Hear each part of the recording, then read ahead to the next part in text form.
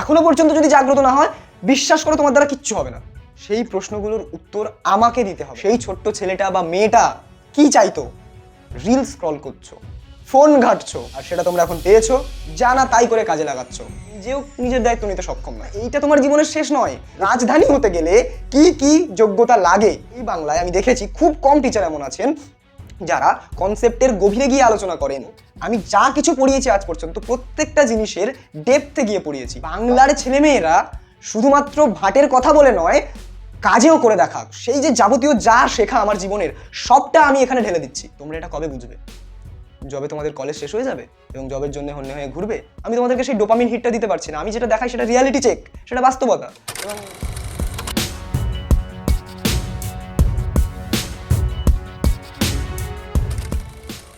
मन के जीते जीत है, मन के हारे हार, हार गए जो बिन लड़े उन पर है धिक्कार, उन पर है धिक्कार हमें जो देखे ना सपना, सपनों का अधिकार असल अधिकार है अपना, तू माटी का लाल है कंकड़ या फिर धूल नहीं, तू समय बदल के रख देगा लिखेगा इतिहास ভুল নেই। আজকের এই ভিডিওটা মূলত কোনো মোটিভেশনাল ভিডিও নয়। আমি তোমাদেরকে সিম্পল কিছু প্রশ্ন করব, সেই প্রশ্নগুলোর উত্তর আমাকে দিতে হবে না, নিজেকে দাও। কেননা এই প্রশ্নগুলো আমার নয়, তোমার ভিতরের সেই ছোট্ট ছেলেটার বা সেই ছোট্ট মেয়েটার, যাকে কৈফিয়ত দেওয়া তুমি আর প্রয়োজনই বোধ করো না এখন, তাকে আর কৈফিয়ত দাও না। একবার বসে বসে ভাবো, সেই ছোট্ট ছেলেটা বা মেয়েটা কি চাইতো? যে আমি বড় হয়ে এই বিষয় নিয়ে পড়াশুনো করব এবং ভবিষ্যতে ফ্যামিলির পাশে দাঁড়াবো, ভবিষ্যতে একটা বড় কিছু করব, সমাজের জন্য কিছু করব। সেই বাচ্চা ছেলেটা বা সেই বাচ্চা মেয়েটা, তোমার ভিতরের ইনার চাইল্ডটা আজ তোমাকে কিছু জিজ্ঞাসা করতে চায়। অনেস্টলি বলো। এবং যদি সেই প্রশ্নগুলো তোমার মনে কিছু অন্তত দাগ কেটে যেতে পারে, তাহলে দয়া করে আজকের পর থেকে নিজেকে পরিবর্তন করো। তোমরা যারা 9, 10, 11, 12 এই সমস্ত ক্লাসগুলোতে বা কলেজের ফার্স্ট ইয়ার বা সেকেন্ড ইয়ার এই সমস্ত ক্লাসগুলোতে যারা পড়ছো, মোটামুটি যাদের এই সময়টা একটা প্রাইম টাইম নিজের ক্যারিয়ারের জন্য কিছু করার, ভবিষ্যৎটাকে গোছানোর, সেই সময়ে তোমরা ম্যাক্সিমাম ছেলেমেয়েরা রিল স্ক্রল করছো, ফোন ঘাটছো, এন্টারটেনমেন্টে ডুবে আছো, অথবা আরও যা যা ডিস্ট্রাকশনের সামগ্রী আছে সেগুলোর সাথে বন্ধুত্ব করে নিয়েছো এবং পড়াশুনোর নামে নিজেদেরকে ধোঁকা দিয়ে যাচ্ছ দিনের পর দিন, দিনের পর দিন। আর যেহেতু তোমরা বড় হয়েছো, তাই স্বাধীনতা পেয়েছো। কিন্তু বাবু মনে রেখো, স্বাধীনতার আলাদা একটা কস্ট আছে। সেই মূল্য কি তুমি চোকাতে পারবে? Freedom comes with responsibilities, lot more responsibilities.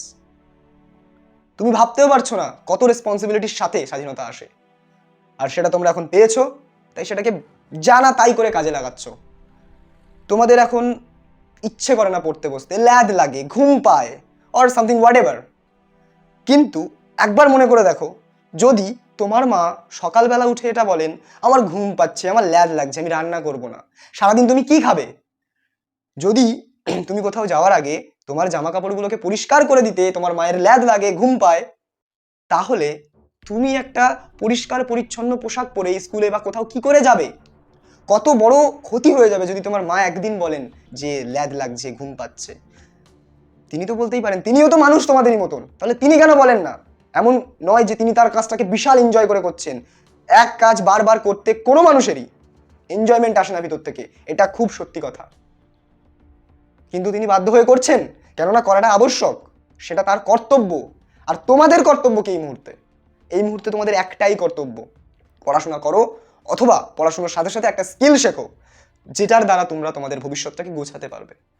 বোঝা গেল? আর এই পড়াশোনা তোমাদের জন্য করতে হবে না যে আমি নিজের কিছু করব, নিজের কথা ভাবছি। অনেক বড় দায়িত্ব আছে। তুমি ছাড়াও একজন শিক্ষিত ছেলে বা একজন শিক্ষিত মেয়ের কাছে এই সমাজ অনেক কিছু চায়। তোমার দ্বারা পরিবর্তন সম্ভব। তোমার মধ্যে যদি নৈতিকতার বীজ বপন হয়ে থাকে, তুমি যদি একজন আদর্শ নাগরিক হতে পারো, তাহলে তোমার এই সমাজে ভীষণ দরকার দয়া করে পড়াশোনা করো এবং নিজের জায়গাটা বুঝে নাও। একটা অনেস্ট কথা বলো, তোমার মধ্যে কি যোগ্যতা আছে?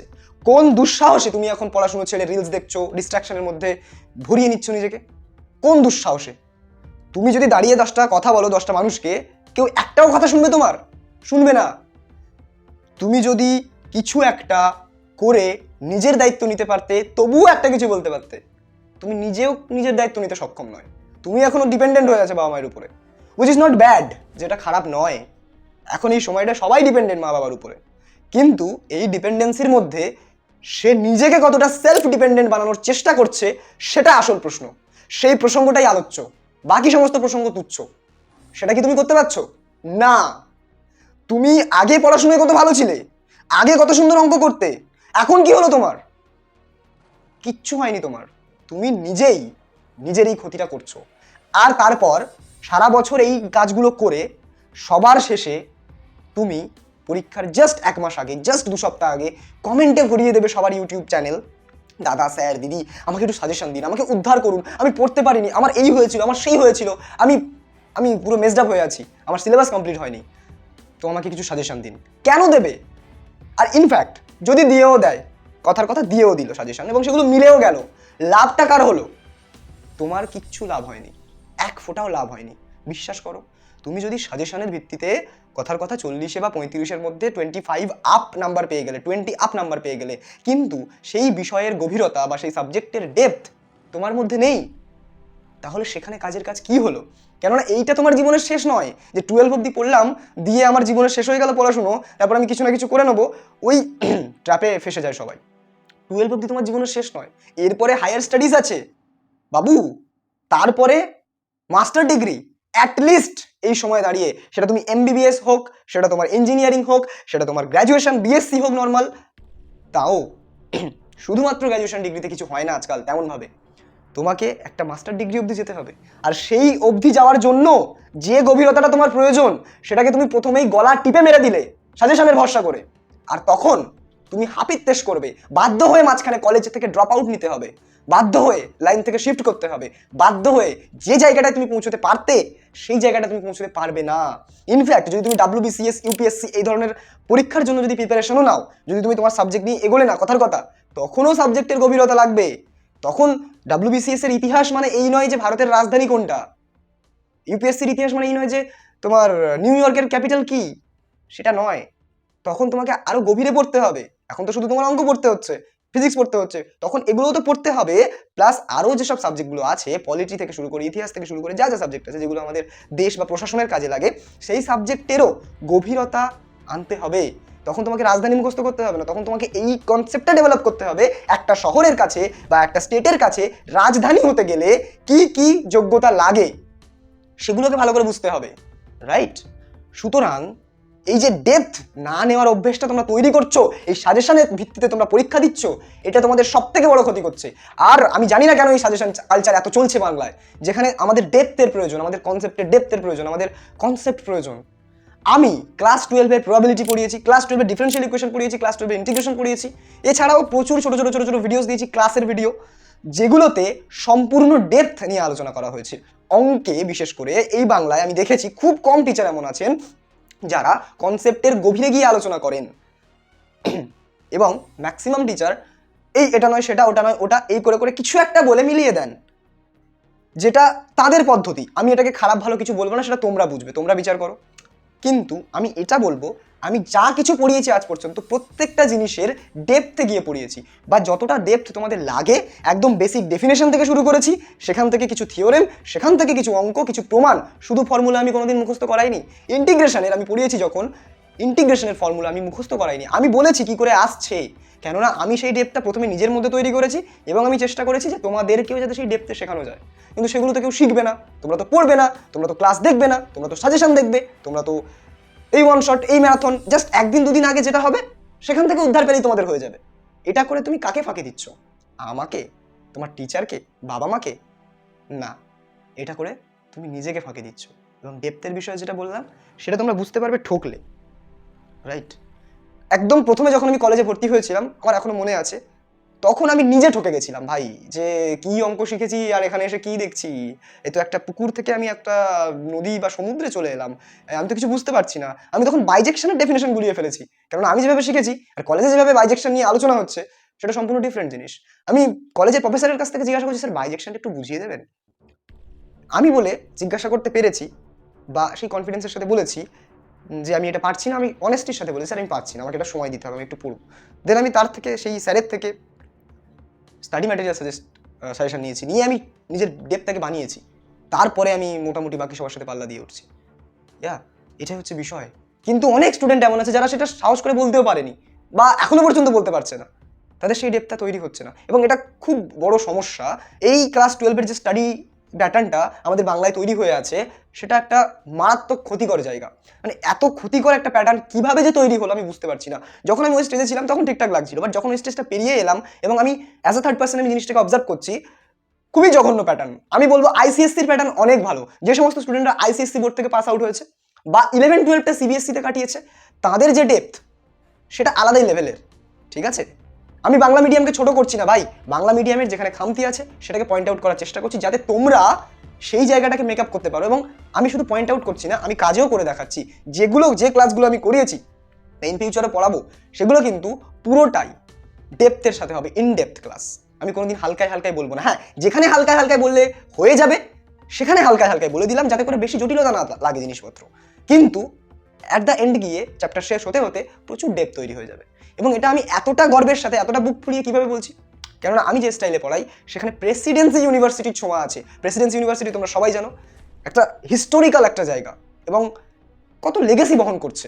সেই প্রেসিডেন্সি ইউনিভার্সিটির ম্যাথ ডিপার্টমেন্টে আমি পড়ি এবং আমার কলেজ শেষ হতে চায়, গ্র্যাজুয়েশন শেষ হতে চায়, এবং সেখানকার টিচারদের থেকে প্রতিনিয়ত স্ট্রাকচারাল টিচিংটা শিখি।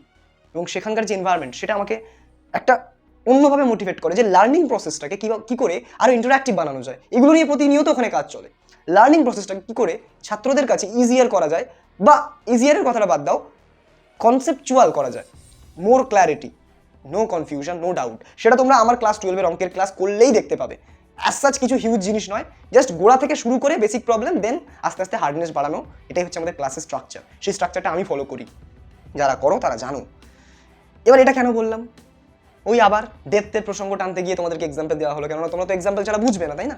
নিজেকে এতটা, মানে নিজের এতটা ক্ষতি করছো তোমরা, যে সাজেশন বইগুলো বেস্ট সেলার হয়ে যাচ্ছে, সাজেশনের ভিডিওগুলো ট্রেন্ডিংয়ে চলছে, কিন্তু যেসব ভিডিওগুলোতে অ্যাকচুয়ালি কনসেপ্ট ডেপথ আছে ইউটিউবে, বা যেসব বইগুলো অ্যাকচুয়ালি কনসেপ্ট দিয়ে ভরা, যেমন প্রফেসর অর্ণব চক্রবর্তী স্যারের একটা বইয়ের সিরিজ আছে, বাংলা ভাষায় অঙ্ক, এরকম সামথিং একটা আছে, সেখানে পারমুটেশন কম্বিনেশন থেকে শুরু করে যাবতীয় যা টপিক আছে 11-12, সেগুলো সবটা না হলেও 60% টপিক কভার করা আছে। সেই বইগুলোর কথা কেউ জানেই না, অথচ অর্ণব চক্রবর্তী প্রিন্সটন থেকে পড়াশোনা করেছেন এবং তিনি এখন আইএসআই কলকাতার প্রফেসর। আইএসআই কলকাতা মানে ভারতবর্ষের মধ্যে বিগেস্ট ম্যাথামেটিক্স আর স্ট্যাটিস্টিক্সের ইনস্টিটিউট, বিগেস্ট। শুধুমাত্র ম্যাথামেটিক্স আর স্ট্যাটিস্টিক্সের কথা যদি বলি, আইআইটি ফাইআইটি থেকেও বড়, আইআইএসসি ব্যাঙ্গালোর লেভেলের, ঠিক আছে? সেই আইএসআই এর প্রফেসর, মানে যে আইআইটি করে তোমরা পাগল হয়ে যাও, সেই আইআইটির থেকেও বড় মাপের একটা ইনস্টিটিউট, সেখানকার প্রফেসর অর্ণব চক্রবর্তী। এবং সেই ইনস্টিটিউটের সাথে আমাদের প্রেসিডেন্সির খুবই ভালো সম্পর্ক। ইনফ্যাক্ট আইএসআইতে যদি কিছু হয়, আইএসআইতে যদি কোনো ইভেন্ট হয়, প্রেসিডেন্সিতে খবর চলে আসে, প্রেসিডেন্সিতে যদি কোনো ইভেন্ট হয়, আইএসআইতে খবর চলে যায়, এবং প্রেসিডেন্সিতে আইএসআইয়ের অনেক প্রফেসররা কথা বলতে আসেন, টক দিতে আসেন, এবং প্রেসিডেন্সির অনেক প্রফেসররা আইআইটি খড়গপুর, আইএসআই কলকাতা এখানে গিয়ে টক দেন। সুতরাং এবার এখানকার কিছু স্টুডেন্টরা ওখানে গিয়েও কিছু ক্লাস করার সুযোগ পায়, এটা কিন্তু হয়। সুতরাং এই যে প্রেসিডেন্সির সাথে বন্ডিং আইএসআই এর, সেখানে কিন্তু আইএসআইয়ের কালচার সম্পর্কে আমরা অনেক কিছু শিখি প্রতিনিয়ত, রাইট? তো সেই যে যাবতীয় যা শেখা আমার জীবনের, সবটা আমি এখানে ঢেলে দিচ্ছি। কেননা আমি চাই বাংলার ছেলেমেয়েরা শুধুমাত্র ভাটের কথা বলে নয়, কাজেও করে দেখাক। শুধুমাত্র বড় বড় বাতেলা দিয়ে গেলাম, আমি এই করে দেবো, সেই করে দেবো, এই হবে সেই হবে, না, কাজে করে দেখাও। দিনে 10 ঘন্টা বড় বড় জিনিস ভাবার থেকে 4 ঘন্টা অ্যাকশন নেওয়াটা বেশি ইম্পর্টেন্ট, এবং সেটা দরকার এবং সেটা আবশ্যক। তোমরা এটা কবে বুঝবে? যবে তোমাদের কলেজ শেষ হয়ে যাবে এবং জবের জন্য হন্যে হয়ে ঘুরবে, তবে। ম্যাক্সিমাম লোকজন বেকার বসে থাকে। অবশ্যই এই জায়গাটাতে একটা অনেক বড় কন্ট্রোভার্সিয়াল টপিক। বেকারত্বের দায় 90% সরকারের হলেও 10% কিন্তু আমাদের। আমরা স্কিলস ডেভেলপ করছি না, নিজেদেরকে আপডেটেড রাখছি না। হ্যাঁ, কিছু জব অবশ্যই কারাপ্টেড হয়ে আছে, সেগুলোর বিরুদ্ধে আন্দোলন প্রয়োজন, প্রোটেস্ট প্রয়োজন, সরকারের চোখে চোখ রেখে কথা বলা প্রয়োজন, কিন্তু সেগুলোকে যদি আমি বাদও দিই, নিজেদের স্কিল ডেভেলপ করলে প্রচুর এমন জবও আছে যেগুলো তোমরা করতে পারবে, রাইট? এবং এটা আমি এক্সপ্লোর করেছি এবং আমি নিজে আইটি জবের প্রিপারেশন নিচ্ছিলাম ফার্স্ট 2 ইয়ার ধরে এবং আমি প্রোগ্রামিং কোডিং এগুলো শিখেছিলাম এবং এগুলো শিখছি কন্টিনিউয়াসলি। বাট এখন আমি আমার জীবনের সবথেকে বড় ডিসিশনটা নিয়েছি অনেক ভেবেচিন্তে, আমি কিবোর্ড ছেড়ে কলম ধরবো। কেননা রাজ্যের দেশের যা দুরবস্থা, সেখানে দাঁড়িয়ে আমার মনে হয় না যে একটা কর্পোরেট ওয়ার্ল্ডে গিয়ে আমি সেটেল হয়ে যাব এসি ঘরের মধ্যে থেকে জনগণ বা সাধারণ মানুষের চিৎকার সেগুলোকে অ্যাভয়েড করব, সেটা আমার দ্বারা হবে না। So that's why I have decided যে ঠিক আছে, যতটুকু যা টেকনিক্যাল স্কিল হয়েছে থাক, যেগুলো প্রোগ্রামিং আমি শিখেছি, ডেটা সায়েন্সের জিনিসপত্র শিখেছি, স্ট্যাটিস্টিক্স বা যা যা প্রয়োজনীয় জিনিস যেগুলো চাকরির জন্য লাগে সেগুলো থাক, আমার নলেজ বাড়বে, আমি আরও শেখাবো কাউকে। But I will not go for IT job, যাব না। নিজেকে শিক্ষক হিসাবে দেখার স্বপ্ন, যেটা ছোটোবেলা থেকে দেখেছিলাম, সেটাকেই কন্টিনিউ করবো। কেননা এখন সেটা দরকার। কেননা যদি একটা শিক্ষিত ছেলে বা শিক্ষিত মেয়ে যে চিন্তা করতে পারে, সে যদি গ্রাউন্ড লেভেলের জায়গা থেকে যদি সরে যায়, তাহলে এই যে অরাজকতাটাকে চলছে সেটা আরও আমাদেরকে গ্রাস করে ফেলবে। তাই জন্যে আমি নিজে তোমাদের দায়িত্ব নিয়ে বলছি, আমাকে তোমরা সব সময় পাশে পাবে, এদিক থেকে আমি গ্যারান্টি দিচ্ছি। হ্যাঁ, যতদিন না আমার এমএসসিটা কমপ্লিট হচ্ছে, ধরো বছর দুয়েক আমি হয়তো কন্টিনিউয়াসলি ক্লাস দিতে পারবো না, বাট হ্যাঁ, অ্যাজ আ দাদা, অ্যাজ আ গাইড হিসাবে আমি সামনে দাঁড়িয়ে তোমাদেরকে পথ দেখাতে পারবো, কোথায় কী কী করতে হবে, কোন মোমেন্টে কী করতে হবে, সেই জিনিসগুলো আমি বলে দেবো। ইনফ্যাক্ট আমি বলছিও, আমি ভিডিওতে বলে দিচ্ছি how to become a scientist. সেখানে আমি টিপস দিয়ে দিচ্ছি যে আচ্ছা কোন ইউনিভার্সিটি থেকে পড়লে তোমার ডিমান্ডটা বেশি থাকবে, বেস্ট ইউনিভার্সিটি কোনটা, সেই সমস্ত জিনিসগুলো। এছাড়াও কন্টিনিউয়াসলি শর্টসের মাধ্যমে আমি বলছি, কিন্তু আমার কথাটাকে তোমরা নেবে না, এবং এটা খুব স্বাভাবিক। কেননা আমি তোমাদেরকে সেই ডোপামিন হিটটা দিতে পারছি না। আমি যেটা দেখাই সেটা রিয়ালিটি চেক, সেটা বাস্তবতা, এবং রিয়ালিটির সম্মুখীন হওয়ার ক্ষমতা খুব কম মানুষের থাকে, খুব কম মানুষের বুকের পাটা থাকে। তো সেজন্য ঠিক আছে, আমি কম মানুষ নিয়ে সংসার করছি, অসুবিধা নেই, it is not a problem. But সেই কম মানুষের মধ্যে যেন আরও কম মানুষ হোক, অসুবিধা নেই, তারা যেন আমাদের সমাজের এমন এমন জায়গায় দাঁড়ায় যেখানে দাঁড়িয়ে অ্যাকচুয়ালি রিভলিউশন সম্ভব। ঠিক আছে, মানে লোকে রিভলিউশন বলে, বাট আমি চাই তোমরা অ্যাকচুয়াল রিভলিউশন আনো। সরকারি দপ্তর, পলিটিক্স বা পাবলিক সেক্টর, যেখানে যেখানে সৎ মানুষদের প্রয়োজন, নৈতিক দিক থেকে সচেতন মানুষের প্রয়োজন, সেখানে তোমরা থাকবে, আমার স্টুডেন্টরা থাকবে, তবেই সেটা আমার নৈতিক জয় হবে। ঠিক আছে, আইটি জব বা প্রাইভেট সেক্টরে গেলে যে জায়গায় আমি পৌঁছতে পারতাম, যে স্যালারিটা আমি পেতে পারতাম, সেই স্যালারির অর্ধেক হয়তো আমি শিক্ষকতা করে পারবো, অথবা তার বেশিও পারবো, জানি না কী হবে। কিন্তু আমি শান্তিতে থাকবো এটা ভেবে যে আমি এই সমাজের জন্য ডিরেক্টলি কন্ট্রিবিউট করছি। তো আমি জানি না কতটা ঠিক ডিসিশন হতে চলেছে এটা, বাট এটা এই ডিসিশনেই আমি স্টাক থাকবো, একদম স্টিক করে থাকবো, কিবোর্ড ছেড়ে কলম ধরবো। তোমাদেরকেও আমি এটা বোঝাতে চাই যে দয়া করে একটু সামনে এগিয়ে এসো। তোমার উপরে পুরো সমাজ নির্ভর করে আছে। হ্যাঁ, তোমার উপরে, তুমি যে ভিডিওটা দেখছো তোমার উপরে। হয়তো আজ তুমি ইনস্টা স্ক্রল করছো, রিল দেখছো বা সোশ্যাল মিডিয়াতে হারিয়ে আছো, বাট এটাকে রেখে যদি তুমি ঠিক ট্র্যাকে আসতে পারো, তুমিই পারবে সমাজ বদলাতে, তুমিই পারবে ইতিহাস লিখতে। তাই দয়া করে এই যে টেম্পোরারি যে সুখগুলো আছে, যে সাডেন বা ইনস্ট্যান্ট ডোপামিন হিটগুলো আছে, সেগুলো থেকে বেরিয়ে একটু কষ্ট করো। আমার কথা শুনে 7টা বছর কষ্ট করো, 7টা বছর, জাস্ট 7টা বছর। তার মধ্যে 3টে বছর, প্রথম 3-4টে বছর ফুল ফোকাস দিয়ে করো। তারপরের জায়গাগুলোতে নিজের একটা part time earning source create করার চেষ্টা করো, এবং তার সাথে সাথে তুমি স্ট্রাগল করো, হাসল করো। তবেই তোমরা একটা বেটার বা বেস্ট ফিউচার পাবে, এবং এই জিনিসটার গ্যারান্টি আমি দিচ্ছি। কেননা এটা খুবই অবভিয়াস ব্যাপার, যে মানুষটা যোগ্য, যে মানুষটা ক্যাপেবল, সেই মানুষটা তার জায়গা বা সেই মানুষটার জায়গা সেই মানুষটাকে খুঁজে নেবে। এটা খুব সত্যি কথা, আমি বিশ্বাস করি এই বিষয়টাতে প্রচণ্ড। তাই দয়া করে পড়াশোনাটা করো। এখনো পর্যন্ত যদি জাগ্রত না হয়, বিশ্বাস করো তোমার দ্বারা কিচ্ছু হবে না। এখনো পর্যন্ত যদি মনে হয় যে কী বলছে, বকে যাচ্ছে ভাটের মতো, তোমার দ্বারা কিচ্ছু হবে না, সিরিয়াস কথা। সাজেশনে ভিড় করবে, সাজেশনের ভিডিওগুলোতে ভিড় করবে, সাজেশনের বই কিনবে, সব এগুলো করে যাও, খুব ভালো। তারপর আস্তে আস্তে অধঃপতনে চলে যাও, কোনো অসুবিধা নেই, কেউ তোমাকে বারণ করেনি। কিন্তু আমি একমাত্র তোমাকে বলছি এগুলো করো না। সাজেশনের বই কিনবে না কেন, সাজেশনের ভিডিও দেখবে না, দেখো, আমি এগুলোকে খারাপ বলছি না। আমি বলছি আগে ডেপথ তৈরি করো সারা বছর, তারপরে হ্যাঁ ঠিক আছে, পরীক্ষায় যদি একটু বেটার নাম্বার হয় সেই আশায় অ্যাজ আ প্র্যাকটিস সেট বা রেফারেন্স জিনিসপত্র, যেগুলো এক্সট্রা কারিকুলার, মানে এক্সট্রা কারিকুলার বলছি, যেগুলো সিলেবাস থেকে বাইরে এক্সট্রা জিনিস, সেইগুলো হিসাবে তোমরা প্র্যাকটিস করতে থাকো, যাতে পরীক্ষার মার্কসটা একটু ইমপ্রুভ হয়। কিন্তু যদি তুমি সাজেশন না পড়ে 30-এর মধ্যে 16-17ও পাও, আর যদি তুমি সাজেশন পড়ে 22-23ও পাও, তাহলে যেটা ভবিষ্যতে কাজে দেবে সেটা হচ্ছে ওই 16-17 নম্বর। বোঝা গেছে? তোমার সাগরদা আজ পর্যন্ত কোনো সাজেশন বই কেনেনি, তোমার সাগরদা আজ পর্যন্ত কোনো সাজেশন ভিডিও দেখেনি, তোমার সাগরদা আজ পর্যন্ত সাজেশনে বিশ্বাসী ছিল না। হ্যাঁ, চাই তো ঠিক আছে, বাট সেটাকে ওই এক্সট্রা কারিকুলার অ্যাক্টিভিটি হিসেবে করতো। আমি ইনফ্যাক্ট কলেজের সেমিস্টারে সারা বছর আমি ডেপথটা তৈরি করি। আমি যখন মেট্রিক স্পেস পড়ছিলাম, কথার কথা মেট্রিক স্পেস বলে একটা পেপার ছিল, সেই মেট্রিক স্পেস যখন পড়ছিলাম সারা বছর ধরে আমি অনেকটা কষ্ট করে সেই মেট্রিক স্পেসের ডেপথ জোগাড় করেছিলাম। এবং আমার মধ্যে মানে এখনো যদি তুমি বলো যে মেট্রিক স্পেসটা দাদা একটু পড়াও বোঝাও, আমি তোমাকে বুঝিয়ে দেবো, কোনো ব্যাপার নয়। ঠিক আছে? যে মেট্রিক স্পেস পড়তে কিন্তু আচ্ছা আচ্ছা লোকের ঘাম সরে যায়। রিয়েল অ্যানালিসিসের কথা তুমি বলে দেখবে, আচ্ছা আচ্ছা অঙ্কের স্টুডেন্টের ঘাম সরে যায়। সেই রিয়েল অ্যানালিসিসের একটা টপিক হচ্ছে মেট্রিক স্পেস। ঠিক আছে? তো সেই জিনিসটার ডেপথ আমি তৈরি করেছি পড়ে, বই পড়ে। ঠিক আছে? নাকি সাজেশনের ভিডিও দেখে। তবে হ্যাঁ, পরীক্ষার আগে আমি সাজেশন পেয়েছিলাম এবং সেটা প্র্যাকটিস করেছি। হ্যাঁ, কমন পেয়েছি সেখান থেকে, করেছি। বাট হ্যাঁ, আমি সেটা পড়ানোর জন্য ক্যাপাবল। এইটুকু কনফিডেন্স আমার মধ্যে জমে গেছে।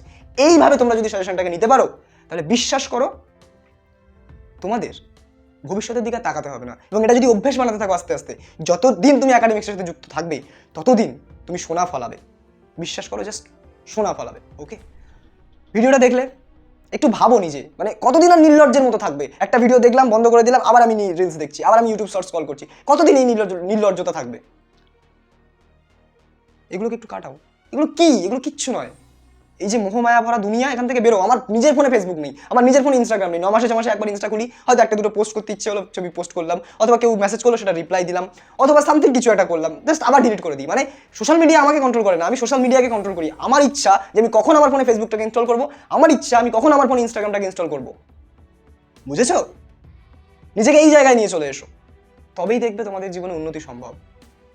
So that's all for today. তোমাদের অনেক কড়া কড়া কথা বললাম, বাট আমার মনে হয় যেগুলো বলাটা দরকার। যারা খারাপ ভাবলে তাদের কাছে আই এম সো সরি।